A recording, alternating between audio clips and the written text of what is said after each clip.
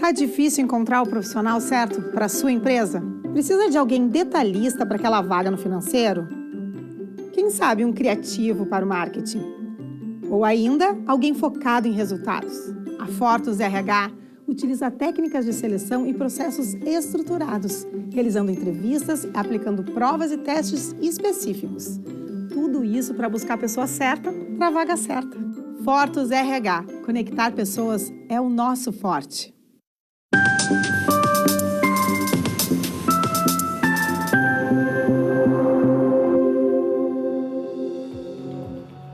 Olá para você que já está assistindo o programa Papo Certo. Hoje, no Papo de Saúde, nós vamos conversar sobre o transtorno do espectro autismo. E quem está conosco hoje é a neuropediatra, especialista no assunto, doutora Fabiana Munhol. Seja muito bem-vinda. Obrigada, João. Obrigada, Amanda. É uma honra estar aqui e é uma oportunidade ímpar da gente aproximar saúde, educação e as famílias numa conversa tão importante. Muito bem-vinda, doutora. Tenho certeza que o nosso Papo de Saúde de hoje vai ser incrível. Muito obrigada. Eu que agradeço. Você de casa adora assistir o nosso Papo de Saúde e nós gostamos ainda mais quando vocês interagem conosco, enviando perguntas ou comentários através do nosso WhatsApp 3029 8080. Agora, um rápido intervalinho e nós já voltamos.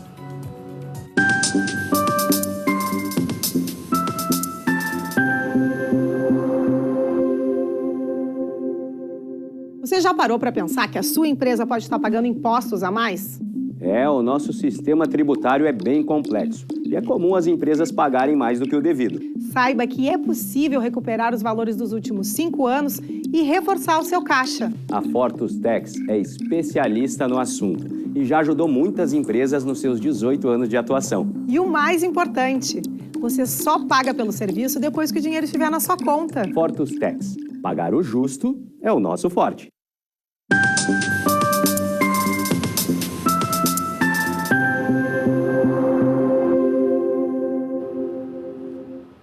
Aqui no Papo Certo, nós falamos sobre as diversas áreas do direito, empreendedorismo, saúde, política e trânsito. E vocês podem compartilhar através do YouTube e também do Facebook. Bom, vamos começar com a nossa primeira pergunta aqui do programa. Uma questão que ainda gera muitas dúvidas nas pessoas, né? Que é um assunto que está cada vez mais se sendo debatido, mas ainda gera muitas dúvidas. Doutora Fabiana, o que é o autismo? Eu acho que esse é o começo de tudo, né? É uma belíssima pergunta. A gente fala que o autismo compreende uma condição do neurodesenvolvimento. E a gente tem 2 grandes marcadores para isso. A falha comunicativa e os padrões de comportamento que são repetitivos. Só que dentro dessas 2 grandes bases, a gente tem diferentes apresentações. E isso faz com que seja absolutamente singular.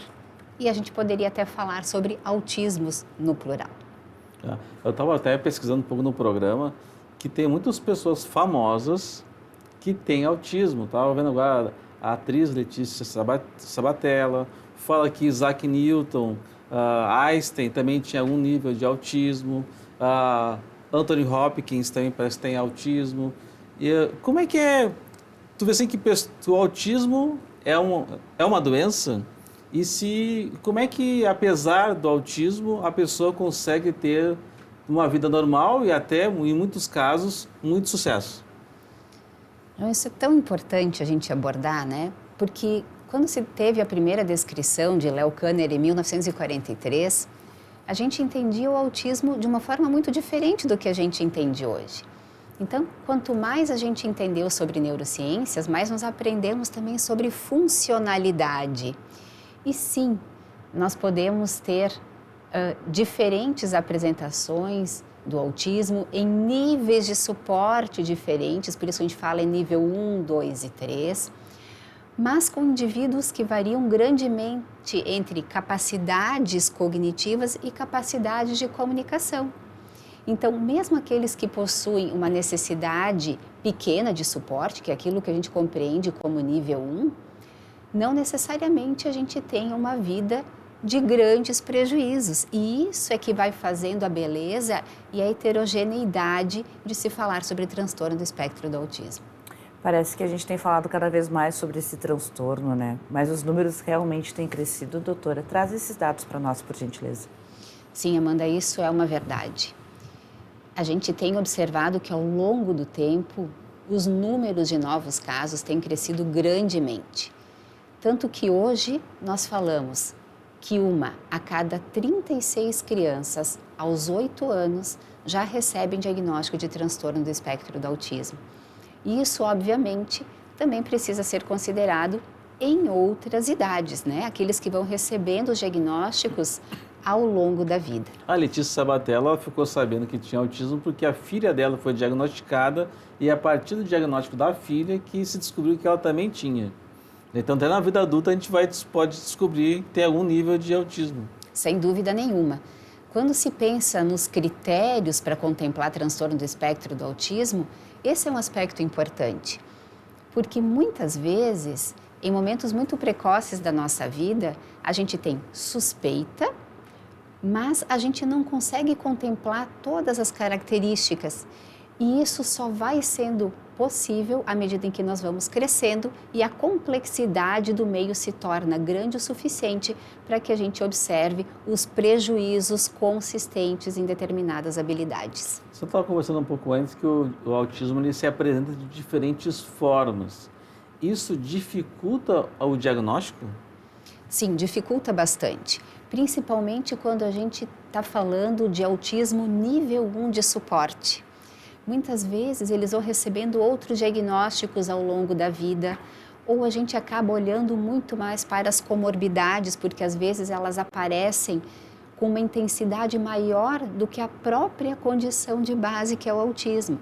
Por exemplo, não raro, pessoas lá na adolescência ou na vida adulta que têm diagnóstico de transtorno do espectro do autismo podem passar por transtorno de humor bipolar, por exemplo, por transtorno de déficit de atenção e hiperatividade, ou a ansiedade também pode estar mais marcada do que algo da própria base. Só comentou também do aumento do número, né? Desse uma pessoa a cada 36... Aos 8 anos de idade. Aos 8 anos de idade. Esse aumento se deve porque se conhece mais sobre autismo e tem um diagnóstico mais apurado ou o número de casos realmente tem aumentado? Isso é algo que é realmente multifatorial. A gente tem o maior conhecimento também sobre o que a gente chama de epigenética, né? As nossas causas geneticamente determinadas, a nossa relação com o meio. Então, o apego, as possibilidades, né? O acesso a todas as condições de uma adequada saúde e estímulo, mas também tem sido cada vez mais fácil, acho que nós estamos mais preparados para perceber aquilo que também é mais sutil. Porque há um tempo atrás era muito mais fácil a gente falar sobre diagnósticos daqueles quadros, entre aspas, mais clássicos. Nível 3? Exatamente. Mas hoje a gente está falando também sobre nível 1.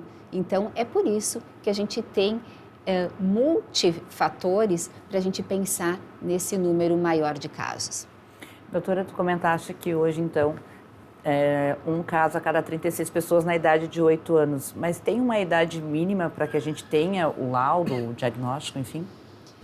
Amanda, essa tem sido a nossa preocupação como profissionais da área da saúde, né? Porque isso vai fazer muita diferença. Quanto mais cedo a gente diagnostica, mais a gente pode reabilitar com sucesso. Por quê?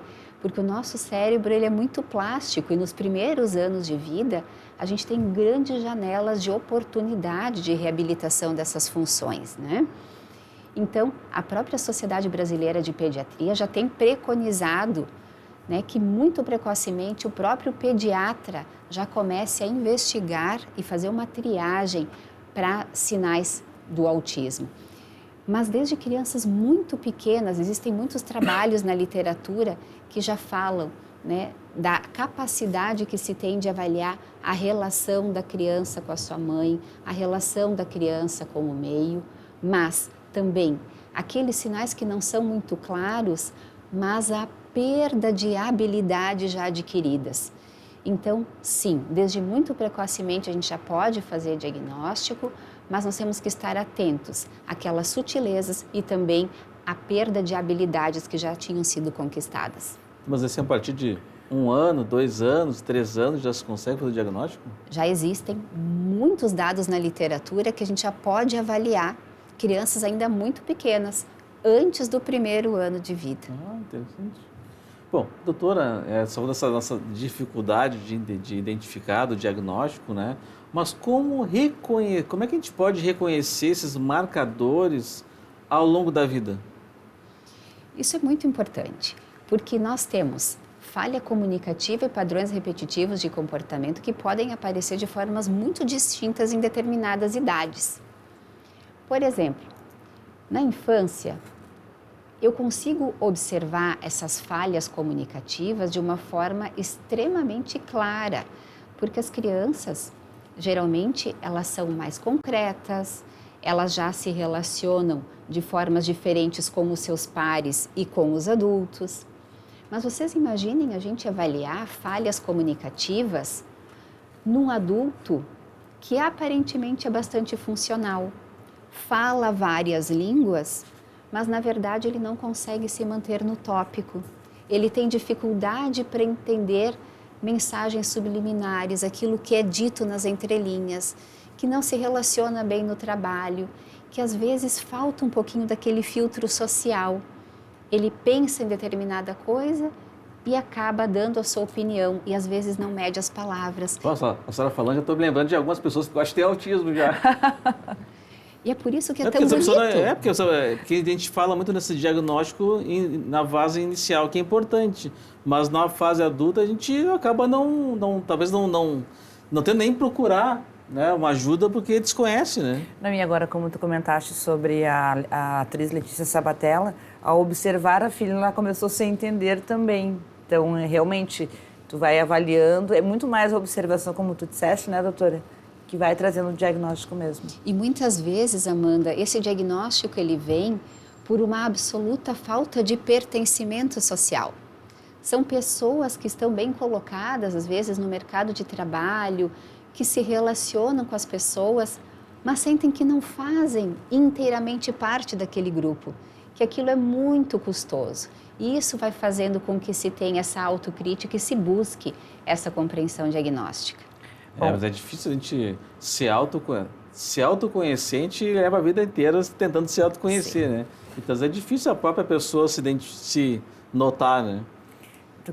A gente estava falando sobre a questão de ser o diagnóstico clínico, mas há caso que se faz a necessidade da realização de investigação mais aprofundada? Sim, Amanda, porque esses critérios que nós precisamos contemplar, eles são realmente clínicos. Mas a gente também tem que compreender que eu posso ter um indivíduo com marcadores para transtorno do espectro do autismo e isso ser secundário a uma condição geneticamente determinada, por exemplo.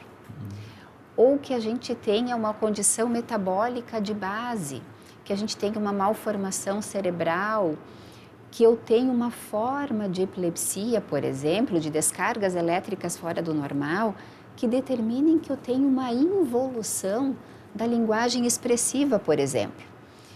Então, se estabelece o diagnóstico e é muito importante que sim, que a gente vá fazendo os diagnósticos diferenciais e nós possamos também estudar melhor cada caso de forma individualizada. Tem que ter um especialista mesmo para fazer esse trabalho, porque não é uma coisa fácil, né, de saber essa diferença, de identificar o nível, né? Mas, doutora, feito o diagnóstico, né? O que vem depois disso, né? Muitas famílias também eu vejo que têm problemas de aceitação, né? Tem uma amiga minha que é professora, ela diz que tem, às vezes, pais de crianças com síndrome de Down que não aceitam o diagnóstico da criança com síndrome de Down. Como funciona isso, né? O que vem depois do diagnóstico, muitas vezes é o nosso grande desafio. Antes mesmo da gente começar o programa, eu e a Amanda estávamos conversando aqui nos bastidores e era uma conversa de mães. Eu estava comentando com ela sobre o meu filho João Pedro, que tem 6 anos e tem o espectro nível 1. Então, quando chega o diagnóstico, e é o que eu falo que a mãe sempre sabe, é um momento em que a família recebe isso com um certo alívio em dizer assim, puxa, isso tudo faz sentido, eu não sou uma mãe excessivamente preocupada, mas sim tem um significado tudo isso que eu vim enxergando, mas e o que eu faço de agora em diante? A família inteira precisa se reorganizar. A família inteira precisa começar a pensar nessa inserção social, acadêmica. Então a gente começa a repensar sobre a escola, sobre a relação com o outro, sobre a forma como a gente vai poder propiciar todas as terapias de reabilitação, que isso também é um grande desafio, e como a gente se reorganiza lá no nosso íntimo como pai e mãe muitas vezes. Quem é que vai prover tudo isso e quem vai dar apoio? Então, não raro, a gente fala sobre a maternidade atípica também. E quando os diagnósticos vêm na vida adulta, como a gente precisa ressignificar tudo o que já se viveu. Então, o que vem depois é bastante complexo e é absolutamente ímpar. Doutora, você fala do transtorno, né? O autismo é considerado uma doença? Hoje a gente prefere falar que é uma condição do neurodesenvolvimento. A gente prefere não colocar isso como uma patologia, mas sim como uma condição. Bom, falando sobre eu como mãe, né, e é como a doutora disse, faço meu adendo aqui, que é um alívio tu ter o diagnóstico, porque quando tu tens o diagnóstico, tu consegue começar a montar as pecinhas do quebra-cabeça. Então agora a gente vai fazer um intervalo e já voltamos com o papo certo.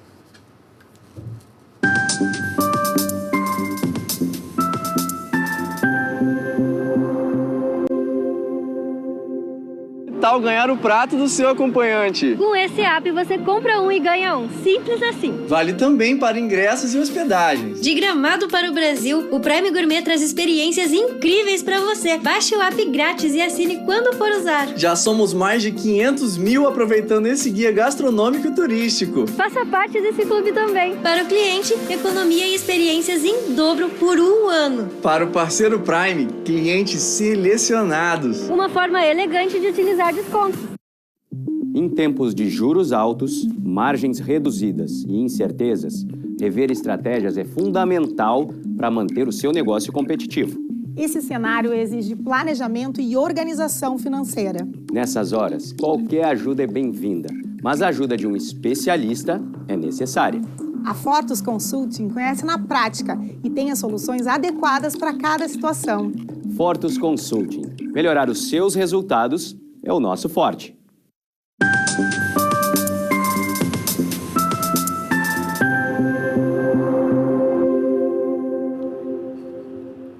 Você também assiste o Papo Certo através dos principais canais digitais, NET, Claro, Vivo, Tubarão e TVN. E hoje o papo é de saúde e nós estamos conversando com a neurologista pediátrica, doutora Fabiana Munhol.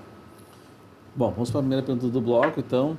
Doutora, sabendo que cada indivíduo é diferente do outro, né? Quais são os objetivos das terapias, dos tratamentos, como escolher a terapia correta para cada indivíduo? Então, a gente precisa pensar nessa individualização e o que é mais importante para aquele indivíduo naquele momento. Porque quando nós somos pais, qual é a nossa preocupação? Que os nossos filhos sejam felizes e que tenham autonomia, né? Que eles possam andar como eles puderem dentro das suas determinadas condições. Quando a gente está falando de adultos, também, obviamente, a gente vai pensar o que é necessário naquele momento para que ele tenha autonomia e que seja feliz onde ele está inserido. Então, pensando nisso, a gente tem que fazer uma análise absolutamente individualizada sobre a sua funcionalidade e pensar o que é prioridade. Os tratamentos, eles não podem ser pensados como uma receita de bolo. Não é todo mundo que vai fazer a mesma quantidade de terapias e a gente vai escolher as mesmas terapias. Então, o nosso maior suporte tem que ser para a condição comportamental, para a condição linguística e comunicativa. Isso a gente não tem que entender somente como fala, né? Mas toda a nossa habilidade de interagir com o outro. Pensar que em algumas pessoas a gente vai precisar de terapia ocupacional, de fonoaudiologia, de psicoterapia, o suporte acadêmico, né? Então, muitas vezes a psicopedagogia, ela também vai ser parte importante desse tratamento. Outras terapias como musicoterapia, ecoterapia, fisioterapia, psicomotricidade, tudo isso nós vamos pensar de acordo com a funcionalidade de cada um. E lembrar que isso é muito importante. As terapias, elas precisam caber na funcionalidade também da família, não apenas do indivíduo. Porque vocês imaginem que quem vai propiciar isso tudo é a família. As crianças não vão sozinhas para a terapia. A gente tem que se reorganizar na jornada de trabalho, administrar os outros filhos, né? E poder fazer não apenas o transporte dessas crianças, mas sim estarmos inteiros para receber as orientações e generalizar isso dentro de casa. Isso não é uma coisa... acho que deve ser uma cobrança muito grande dos pais para que possam prover tudo que o filho quer, né? Mas um filho que precisa de mais apoio é uma cobrança, deve ser um pouco maior. Sim, por isso que a gente fala muito sobre o adoecimento das famílias atípicas, porque existe uma cobrança gigantesca e, além de tudo, dessa cobrança interna que a gente já tem como pai e mãe, a gente também fala o tempo todo da corrida contra o tempo, em poder aproveitar o momento em que esse cérebro está mais plástico, que ele está em grande reorganização. Então, quando a gente fala em diagnóstico, né, as famílias já perguntam, me diga como, por onde eu começo, né? Porque a gente também fala nessa urgência. Doutora Fabiana, existem estratégias que possam determinar maior sucesso no tratamento do que outras? Sim, Amanda. Existem várias publicações científicas ao longo do tempo que falam que determinadas estratégias já têm uma robustez científica muito maior do que outras. Mas isso não quer dizer que para aquele indivíduo ela seja a melhor estratégia. Mas quando a gente mergulha nesse mundo de transtorno do espectro do autismo, por exemplo, a gente já ouve falar sobre algumas estratégias que são mais estruturadas, como a ciência ABA. Quando a gente fala em terapia ocupacional, muitas vezes é importante que os profissionais da reabilitação tenham uma formação específica que se chama integração sensorial de Aires. Então, sim, existem estratégias, existem formas da gente trabalhar nessa reabilitação que tem uma evidência científica maior. Mas, mesmo assim, não quer dizer que seja a forma mais adequada para aquela família e para aquele indivíduo. Doutora, a senhora falou de vários profissionais, né, que são necessários para atender uma criança autista para poder fazer as terapias, né? Então tem a neuropediatra, a neuropsicopedagoga, a fonoaudióloga, as terapeutas. Como é que hoje está o acesso das famílias na rede pública e privada a toda essa gama de terapias, né, e atendimentos? Acreditem que tanto na rede pública quanto na rede privada, o acesso ainda é bastante limitado. Vocês imaginem que se a gente falar de novo, né, nesse dado, de 1 a cada 36 crianças aos 8 anos recebem um diagnóstico.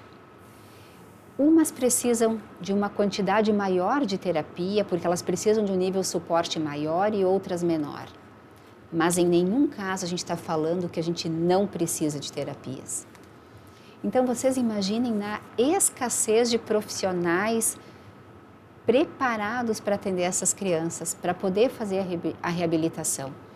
Então, a gente tem dificuldades tanto na rede pública quanto na rede privada, porque são condições do neurodesenvolvimento e que demandam longo tempo de terapia. A gente não tem altas muito frequentes. Então, para que esse acesso também seja propiciado, essa roda toda, essa engrenagem precisa circular o tempo todo. E a gente ainda tem uma falta muito grande, gente, do acesso às pessoas que fazem diagnóstico, né? Ao pediatra bem treinado, ao neurologista treinado, ao psiquiatra também treinado. Quantos anos são necessários na fila de espera do SUS para a primeira consulta? Antes ainda das terapias, né? Faltam centros especializados no nosso estado, no nosso país, para que a gente possa acolher essa demanda crescente. Então, sim, é um grande problema de saúde pública falar sobre transtorno do espectro do autismo e o acesso às terapias de reabilitação. Doutora, creio que nós temos ainda 2 minutinhos de programa. Então, como é viver a neurodiversidade do autismo nos dias de hoje? Amanda, esse é o nosso grande desafio e eu acho que essa tem que ser a mensagem central do nosso programa.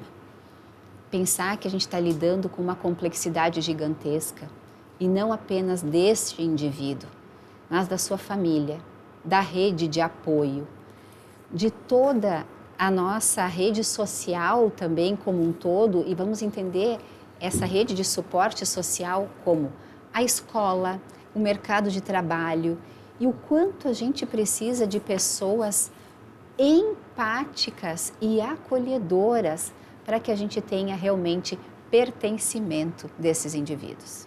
Você falou de pertencimento, né? Como desenvolver como garantir esse pertencimento, né, nas escolas, no trabalho, como fazer que isso aumente, né? Porque talvez às vezes é ignorância e desconhecimento, né? Exatamente. Eu acredito da mesma forma, João, que tu colocaste, o conhecimento. A gente precisa levar informações de qualidade a todos. A gente precisa sair, eu chamo disso, da nossa bolha, né? Porque quem trabalha com neurodesenvolvimento sabe sobre isso. Nós precisamos ir além. E nós ficamos muito felizes com a tua presença aqui, porque a linha editorial do nosso programa é trazer informações para quem nos assiste. Muito obrigada, doutora Fabiana. Eu é que agradeço. Então, agradecer a nossa qualificada audiência e um abraço especial a todos os profissionais da área da saúde. Então, ficamos por aqui e amanhã o nosso papo é de trânsito. Esperamos a todos. Até lá.